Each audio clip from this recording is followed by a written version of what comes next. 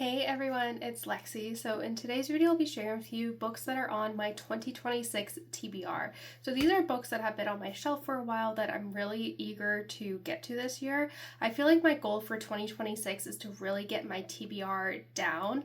I think because 2025 had so many new releases that I was just reading the new releases and not really a lot of books that have been on my TBR for a while. So I figure this is really a good opportunity really to get that kind of number down because the shelf is overflowing. So this is my year to really prioritize books that have been on my TBR for a while. So I found books that are kind of all over in terms of genre that I'm really excited about. I didn't include any new releases in here. Obviously there's some that I'm excited for, but these are ones that are currently on my shelf that I want to get to this year. So without further ado, let's get started. So for those of you who don't know, I have a few degrees. For my undergrad, I double majored in biomedical engineering and anthropology, and I've just always been fascinated with human evolution in general, and so this is a book that I have had on my TBR for a while, but for whatever reason I haven't got around to reading it, even though I'm really interested in it, and it is Kindred, Neanderthal Life, Love, Death, and Art by Wragg Sykes, and this one just seems so interesting. So it says, in Kindred, the author uses her experience at the cutting edge of Paleolithic research to share our new understanding of Neanderthals, shoving aside cliches of rag-clad brutes in the icy wasteland. She reveals them to be curious, clever connoisseurs of the world, technologically inventive, and ecologically adaptable. They ranged across vast tracts of tundra, but also stalked in dappled forests and waded in the Mediterranean Sea. Above all, they were successful survivors for more than 300,000 years during times of massive climatic upheaval. At the time when our species has never faced greater threats, we're obsessed with what makes us special. But much of what defines us was also to Neanderthals, and their DNA is still inside us. Planning, cooperation, altruism, craftsmanship, aesthetic sense, imagination, perhaps even a desire for transcendence beyond mortality. So I think this one just seems really interesting. Like I said, I have a PhD in biomedical engineering, so I clearly did not go down the anthro path, but I always like I said, I just wanted to do it as a minor, and then I was like, these classes are just so interesting, so I did it as a major, just because I loved learning about human evolution and like how we got to where we are is just really interesting. So I think this one is really kind of will scratch that anthro itch that I haven't really like delved into a while. So again, I'm really excited. I've heard one booktuber mention this one and she really enjoyed it, so I'm hoping that I enjoy it as well. Like 10 years ago, this book used to be a booktube darling, and for whatever reason I have not picked it up yet, even though I feel like it is perfectly like tailored to what I like. And it is The Shadow of the Wind by Ruiz Zafón, and this one again is a historical fiction. Again, was a lot of people talked about it maybe 10 years ago, and I've always found it will be something that would be interesting for me, but I just never, for whatever reason, have picked it up. But this year I'm determined. So it says, Barcelona, 1945.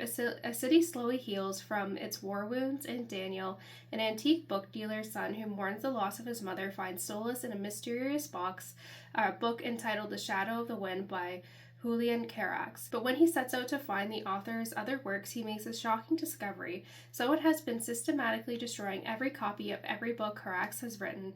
In fact, Daniel may have the last of Carax's books in existence. Soon, Daniel's seemingly innocent quest opens a door into one of Barcelona's darkest secrets, an epic story of murder, madness, and doomed love. This just seems really interesting. I've been to Barcelona 3 times now. We have a family friend there that I've gone to visit a few times, so it's a city I'm like somewhat familiar with, and I just think I don't know actually too much about its history, so I like how this kind of dives into maybe a little bit more about their history and all that stuff. So I think I've heard really great things about it, and I'm just really shocked I haven't picked it up yet. Next, I have When Women Were Dragons by Kelly Barnhill. This book just seems really interesting, and I think it's like kind of a manifestation of like female rage, basically, is kind of how I kind of got it. But it says, Alex Green is a young girl in a world much like ours, except for its most seminal event, the mass dragoning of 1955, when hundreds of thousands of ordinary wives and mothers sprouted wings, scales, and talons, left a trail of fiery destruction in their paths, and took to the skies. Was it their choice?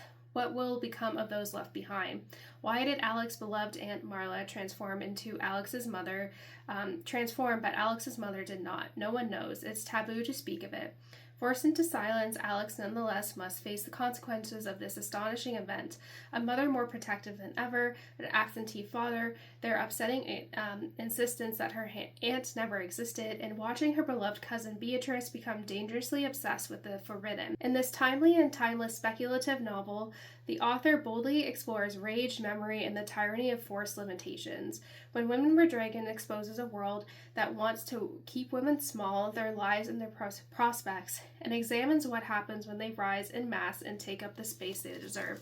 I just think this is really interesting and really kind of tackling female rage in patriarchal societies and kind of the suppression of women. I think is a really interesting plot like themes to explore in some sort of like fantastical element tied in. It just seems really interesting. I've heard really great things about this. This has been on my shelf for a while, but I feel like especially with the world we're currently living in right now, I feel like this is a really important book to read. So I'm really excited to dive into this one. This is a historical fiction that is just really big, so I think maybe that's why I've been a little bit hesitant, but I want to kind of push myself out of my comfort zone and pick up Booth by Karen Joy Fowler. This one just seems really interesting, but it's basically a historical fiction book about John Wilkes Booth and his, I guess, life prior to when he became famous for his kind of infamous, what history remembers him as.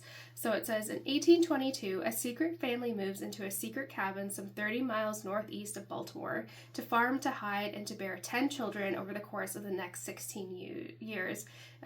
Junius Booth, breadwinner, celebrated Shakespearean actor, and master of the house, is more ways than one, is at once a mesmerizing talent and a man of terrifying instability, given to drunken threats and directives amid a theater-born wisdom.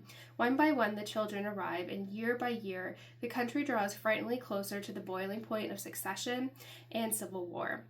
As the tenor of the world shifts and Booths emerge from their hidden lives to cement their place as one of the country's leading theatrical families, but behind the curtains of the many stages they have graced, multiple scandals, family triumphs, and criminal disasters begin to take their toll, and the solemn siblings of John Wilkes Booth are left to reckon with the truth behind the destructively specious promise of the early prophecy. So I think this one is just really interesting, kind of learning more about John Wilkes Booth's family, his upbringing, and really how that can like really shape him to kind of what history knows him for doing and what he's kind of infamous for. So again, I haven't heard really anyone talk about this one, but I feel like it will just be really interesting and getting to another perspective on this well-known historical figure in American history. And lastly, this is an author that I really love, and I've loved his writing. I really love every book of his that I picked up, but for some reason, like, I forget how much I like his works until I pick it up. So it's part of me is like, all right, pushing myself to read more of his because I do really enjoy it. This is one of his that I'm really excited about, and it is Anxious People by Fredrik Backman. This one came out a few years ago, and I'm excited to dive in. I feel like the situation of this book just seems really intriguing and fun and can lead to interesting character explorations. But it says, looking at real estate isn't usually a life or death situation, but our apartment open house becomes just that when a failed bank robber bursts in and takes a group of 8 strangers hostage. Each of them carries a lifetime of grievances, hurts, secrets, and passions that are ready to boil over. None of them is entirely who they appear to be. In short, they are the worst group of hostages in the world. But as the minutes tick by, they begin to suspect that the criminal mastermind holding them hostage might be more in need of rescuing than they are. As the authorities and the media surround the premises, these reluctant allies will reveal surprising truths about themselves and set in motion a chain of events so unexpected that even they can hardly explain what happens next. I think this is just a really interesting character exploration of what happens when you put these people kind of in this boiling pot and what comes out of it.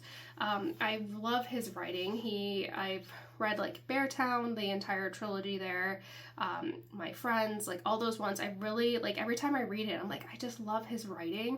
And this is again one that's been on my shelf for a while, but I just feel like because a lot of his books deal with like kind of dark themes and are heavy at times, I feel like I tend to not gravitate towards them, even though I know I'm gonna like it.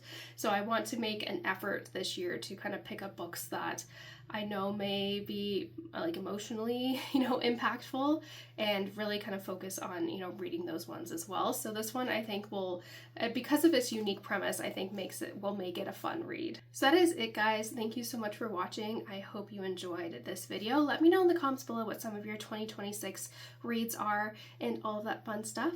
But yeah, thank you guys so much for watching. Don't forget to give this video a thumbs up, and I will see you guys next time.